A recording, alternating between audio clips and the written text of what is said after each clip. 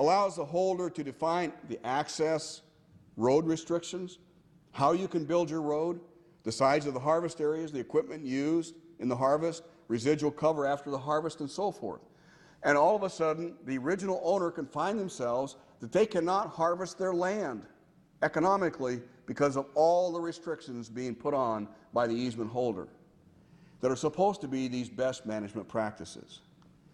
Going on, another example, the easement may endow the purchaser with the authority to protect the so-called conservation value of the easement. Even though the landowner has reserved the right to farm, graze, cut timber, subdivide, or recreate on the easement property, the purchaser can define and expand the conservation value to a point at which the reserved use severely restricted or eliminated entirely. And all of a sudden, the previous owner finds they have no value left at all in that land and they have to walk away from it, basically giving the easement holder clear title to the property. In addition, an easement on the part of your land may affect the rest of your land or your neighbor's land.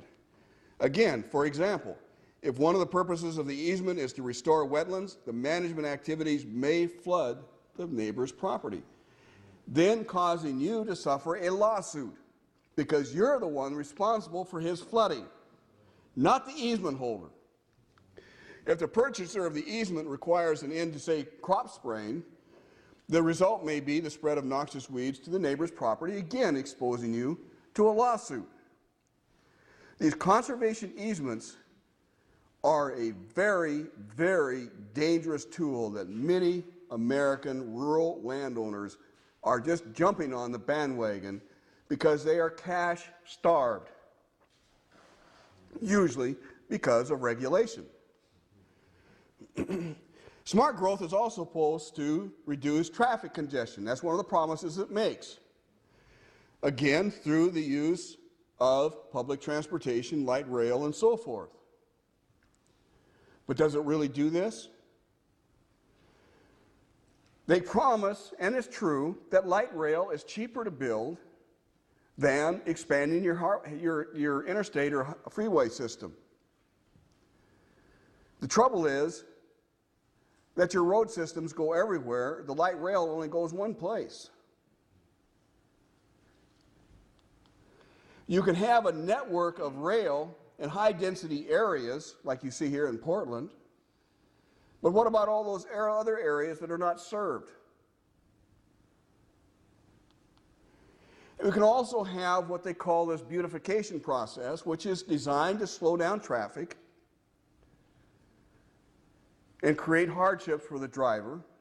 As you recall, there are no new highways being built. It's all going into light rail, billions and billions and billions of dollars going into light rail. And the problem is that even if you live in a high-density area, you're still going to own and drive a car. And studies have basically shown that there is no difference, with this one exception, which is New York City.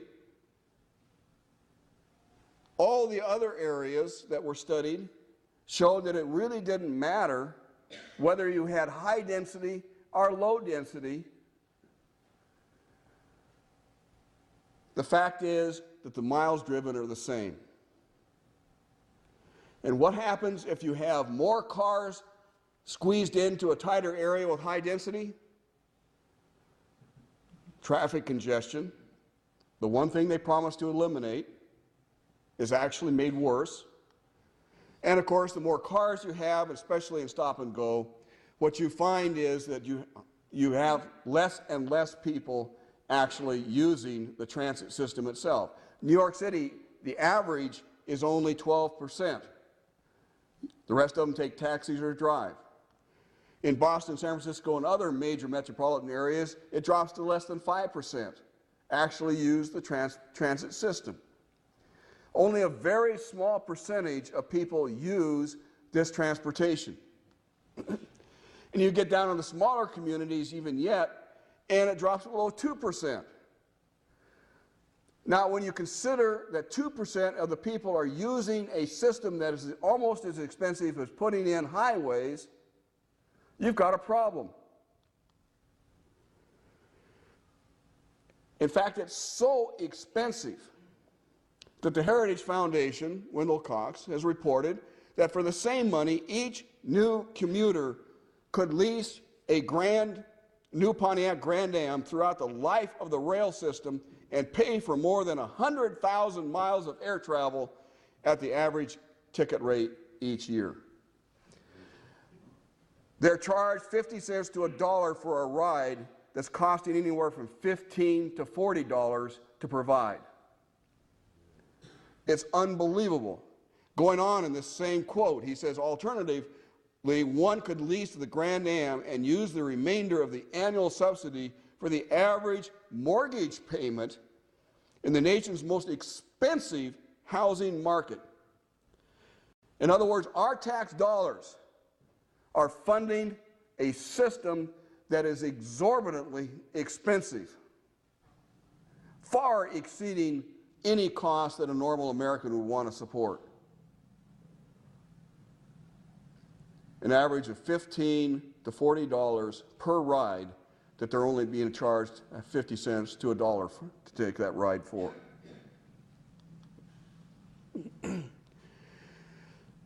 What you're looking at in, say, the Portland area is through the period of 1987, when it first started, to 1997, they doubled the amount of rail miles, but the usage remained the same. Meanwhile, the average freeway passenger miles increased by almost a third. They were not using the light rail. They were using their automobiles, suffering greatly because it was the same system. There's been no expansion of the highway system during this period, making their lives more miserable. Since the light rail line opened, growth in freeway traffic is 8 times the growth in light rail ridership. And yet not one dime is being spent on expanding the road system. And what you have is increasing congestion. And what you have with increasing congestion is declining air quality, or increasing air pollution. Exactly the opposite of what smart growth promises. Smart growth is a hoax. It not only does smart growth fail in every promise it makes, but its application increases the misery quotient of the majority of citizens. They just haven't realized it yet. They haven't realized that this is a planned effort to make their lives more miserable. What it does do, however, is it dramatically increases the power and the control of government bureaucrats over people. Denies their property rights and increases the control. And what we have to the Thomas Jefferson concept of the people's law, based on the Locke's model, is of God-given and unalienable rights, individuals, the federal government having the least power. This is what made this nation great, made it the most powerful nation on planet Earth. Through these special interests, big money, I'm talking about billions and billions of dollars, we have created what Thomas Jefferson calls the feudal ruler system of government, where all power lies in the state, that is filtered down through the lower levels of government until you have the individual who has no rights at all other than that which is given by the government itself. The whole concept of inalienable rights is lost, and they only have the amount of freedom that the government says they can have.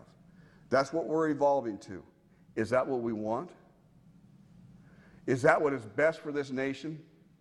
Or should we get back to a constitutional form of governance in a constitutional republic, in a tripartite system of government, making government less efficient rather than more efficient, because there's only one way that a government can become more efficient, is by denying and taking the liberties away from people.